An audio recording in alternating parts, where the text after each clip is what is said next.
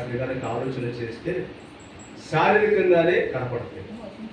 ఆత్మ సంబంధంగా ఆలోచన చేస్తే అవి ఆత్మ సంబంధంగానే కనపడతాయి. అందుకే బైబిల్ చెప్తున్న మాట ఏంటంటే, శరీరానుసారులు శరీర విషయముల మీద మనసు ఉంచుతారు, ఆత్మానుసారులు ఆత్మ విషయముల మీద మనసు ఉంచుతారు. ఇక్కడ రెండు గుంపులు కనపడుతున్నాయి, జాగ్రత్త గుర్తు పెట్టుకోండి. ఎన్ని గుంపులు?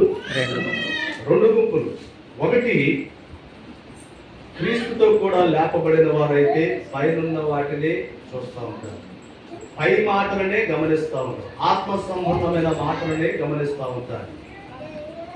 ఇప్పుడు నేను చెప్పే ప్రతి మాట అది నువ్వు శారీరకంగా తీసుకుంటే అది శారీరకంగానే కనపడుతుంది.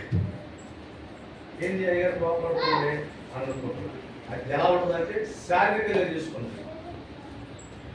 అదే కోపం ఆత్మీయంగా మీరు కనుక తీసుకుంటే అది ఆత్మ సంబంధంగా కనపడుతుంది. దేవునికి స్తోత్రం. కాబట్టి ఈ గుంపులో మనం ఏ గుంపులో ఉండాలో అది మీకే తెలుసు.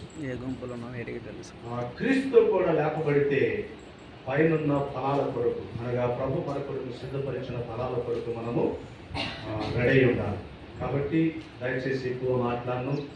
కాబట్టి 3 ప్రాంతాలకు వెళ్ళాలి. అయితే ఇప్పుడు రైగర్ చికెన్ విషయం ఏంటంటే ఆల్రెడీ వాళ్ళు మరి ఇక్కడికి రావాలా, కాని వాళ్ళు కూడా.